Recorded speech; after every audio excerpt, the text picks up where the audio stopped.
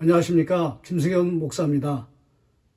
오늘 삼손 에피소드, 삼손의 이야기 마지막 시간입니다. 제목이 미쳐 날뛰는 세상. 그 속에서 하나님은 어떻게 일하시는가, 이것을 중점적으로 여러분과 말씀을 통해서 또 다루고 여러분과 함께 나누기를 원합니다. 삼손 하면은요, 세 명의 여자와 뗄래야 뗄 수 없는 그런 밀접한 관계가 있습니다. 지난 시간에 잠깐 살펴본 것처럼 첫 결혼을 한 블레셋의 여인, 딥나의 여인. 근데 굉장히 이 세 여인이 거의 다 결과가 다 안 좋게 끝납니다. 다 비극적인 결말입니다. 삼손 하면 치정극 아닙니까? 드라마로 치면은. 여자를 사랑하다가 이제 패가 망신한 사람이 삼손인데요. 딥나의 여인은 이제 결혼을 했지만은 일주일 동안 결혼식 치르고 나서 그 다음에 이제 그 삼손이 이제 화가 나가지고 그리고 이제 다시 고향으로 올라왔다가 다시 찾으러 가니까 이제 그 아버지가 삼손의 친구한테 그 여자를 주지 않습니까? 막 화가 그냥 거의 분풀이에요, 분풀이. 나시린으로서의 규례도 다 깨져, 삼손이. 그리고는 그냥 자기 감정에 충실한 대로 그냥 살죠. 자기 소견에 어른대로 사는 거죠. 그럼 결국은 그 딥나의 여인이 아버지와 함께 이제 블레셋 사람들이 불태워 죽입니다. 가정이 붕괴되는 거예요. 그리고 이제 오늘 이제 16장에 이제 두 명의 여인이 나오잖아요. 여러분이 아시는 것처럼 가사의 기생, 그 다음에 이제 들릴라 이야기 너무나 잘 알지 않습니까? 그런데 이 두 명의 여인도 굉장히 이게 비극적으로 그렇게 다 끝나게 됩니다. 하여간 삼손은 행복한 그런 가정을 이루고 살 수 있는 사람이 아니었습니다. 하나님의 법을 어기고 하나님의 말씀에 불순종하게 살면요, 가정에 평화가 오지 않습니다. 가정에 행복이 깃들지 않습니다. 오히려 가정의 저주를 받고요, 오히려 가정에 비극이 찾아오게 되는 것입니다. 오늘 16장 1절 말씀 보시면 삼손이 가사에 가서 거기서 한 기생을 보고 그에게로 들어갔더니 가사 사람들에게 삼손이 왔다고 알려짐에 그들이 곧 그를 애워싸고 밤새도록 성문에 매복하고 밤새도록 조용히 하며 이르기를 새벽이 되거든 그를 죽이리라 하였더라. 삼손의 위기가 찾아오는 거죠. 밤새도록 매복했다가 이제 새벽에 이제 삼손 죽이려고. 이제 삼손이 잠을 안 잡니다. 3절에. 삼손이 밤중까지 누워있다가 그 밤중에 일어나 성 문짝들과 두 문설주와 문빗장을 빼어가지고 그것을 모두 어깨에 메고 헤브론 앞산 꼭대기에 가니라. 미쳐 돌아가는 거예요, 삼손이. 공황장애가 걸렸는지 아니면 분노 조절 장애가 있는지, 병이에요, 병, 질병. 병에 걸린 거예요. 미친 듯이 돌아다니는 거예요. 여기 이 블레셋 지방에서 헤브론까지는요, 64km입니다. 서울에서 평택까지의 거리를, 그것도 그냥 군장을 메고 걸어가는 게 아니라, 가방 메고 그렇게 돌아다니는 게 아니라 성문의 문짝이라고 그랬습니다. 그리고 그 기둥들이라고 그랬습니다.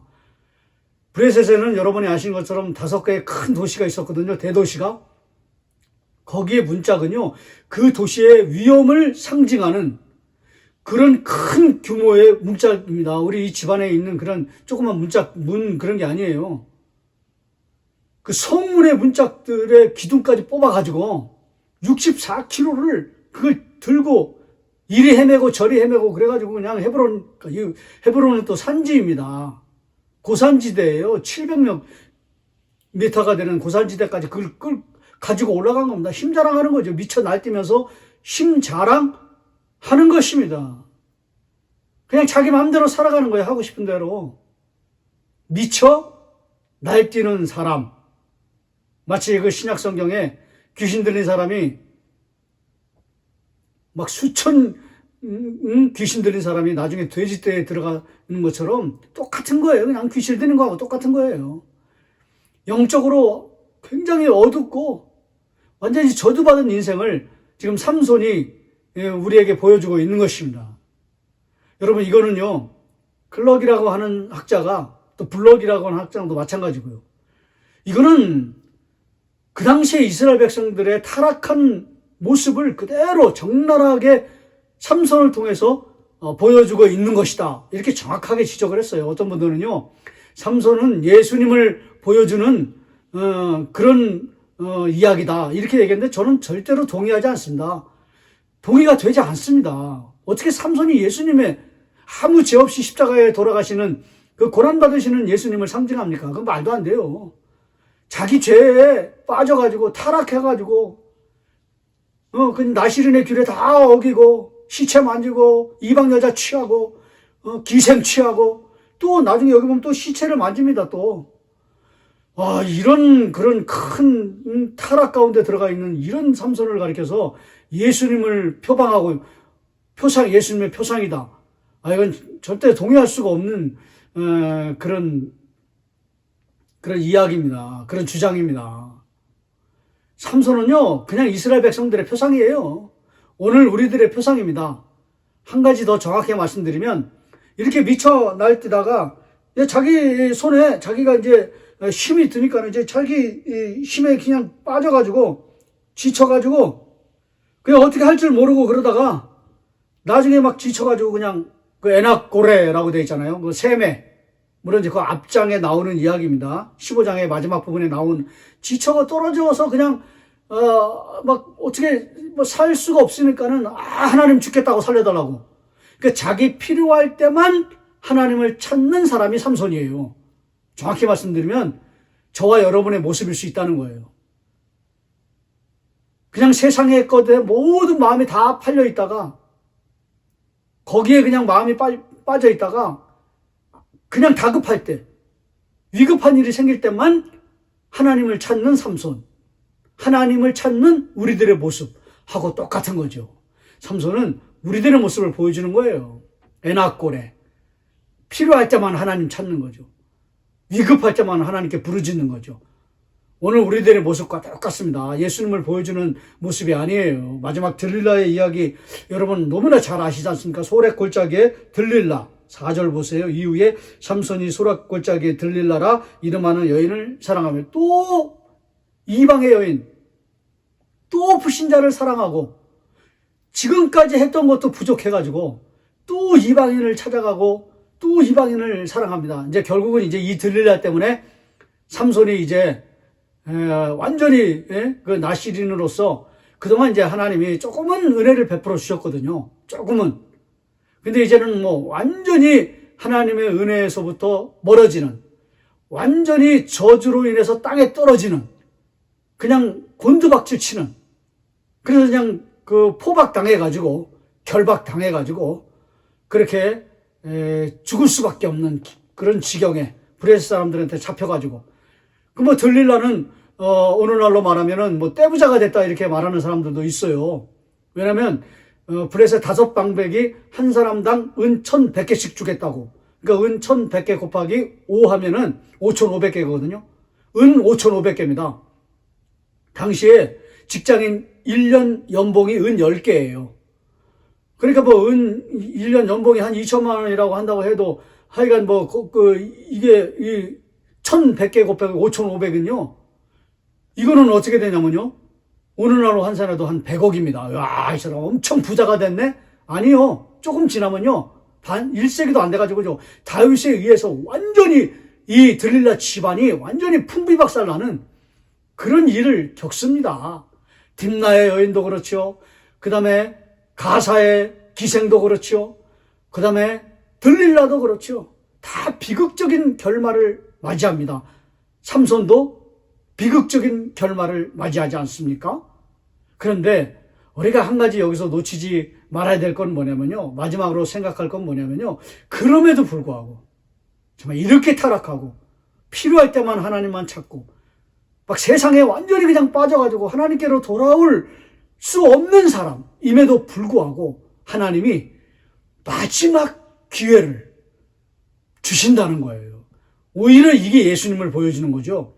이 하나님을 통해서 그렇게 절망 가운데 그렇게 저주받은 인생, 그렇게 타락한 사람임에도 불구하고 도저히 뭐 하나님의 은혜를 받을 수 없는 그런 지경에 있음에도 불구하고 가망이 없는 거죠. 소망이 없는 거죠. 그럼에도 불구하고 하나님이 다시 기회를 주시는 거예요. 마지막 기회를 주시는 거예요. 그때는 이제 삼손이 정말 진실된 마음으로 진정성을 가지고 하나님께 구하오니 하나님이여 나를 불쌍히 여겨주셔서 마지막 힘을 주십시오. 그렇게 기도하지 않습니까? 그럴 때 줄 수 없어. 너가 여태까지 어떻게 살았는데, 내가 그걸 다 봤는데, 아무리 네가 그 마지막에 그렇게 뭐 이렇게 나를 찾는다 해도 늦었어. 끝났어. 기회가 있을 때 돌아와야지. 기회는 없어, 이제. 이제 안 돼. 끝이야, 끝!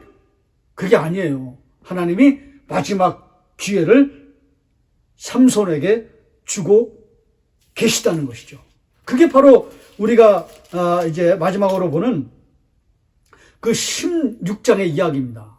삼손이 포박당해가지고 브레셋 사람들이 뭐 신이 났죠. 그냥 막 축제를 벌이면서 우리 다곤 신이 이겼다고 막 그렇게 할 때 하나님 앞에 기도했을 때 하나님께서 그 삼손에게 마지막 힘을 주셔서 살았을 때 죽인 사람보다 30명, 1000명 뭐 이렇게 죽인 사람보다 여우꾸리 300명, 300개의 여우들이 막 그냥 밀밭을 다 휩쓸고 가는 그런 기적, 이적 그런 것도 있었지만 죽을 때 마지막 기회를 주셔서 하나님께서 이 블레셋을 심판하신 그 힘이 더 강력했다고 그렇게 말씀하지 않습니까? 마지막 기회를 주시는 거예요. 이게 바로 우리가 믿는 하나님입니다. 웬 은혜인지 모르겠습니다 라고 하는 찬양이 있잖아요. 웬 말인가 날 위하여 웬 은혜인지 모르겠습니다.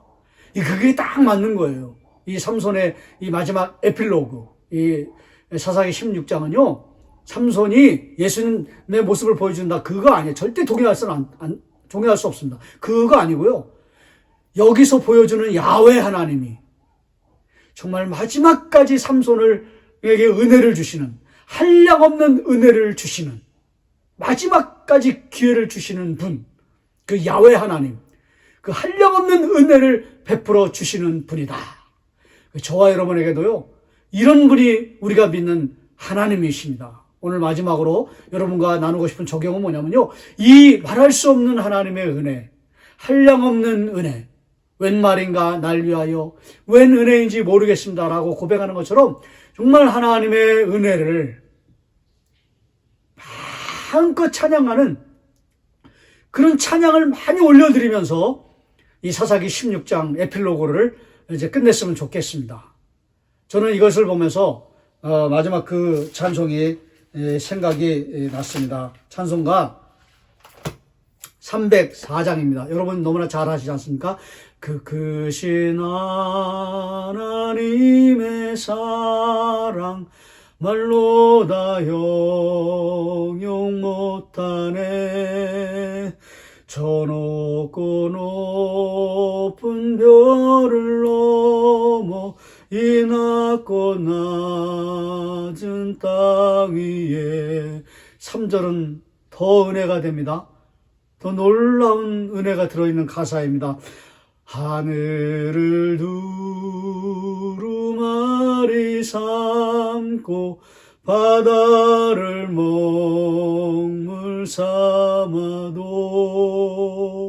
한없는 하나님의 사랑 다 기록할 수 없도다. 하나님의 크신 사랑 그 어찌 낫을까. 저 하늘로 비싸도 채우지 못하리. 하나님 크신 사랑은 증량다 못하며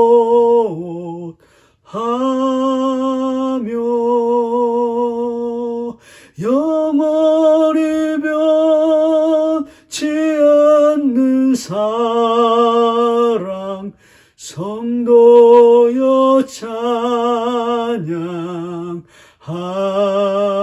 찬양하세.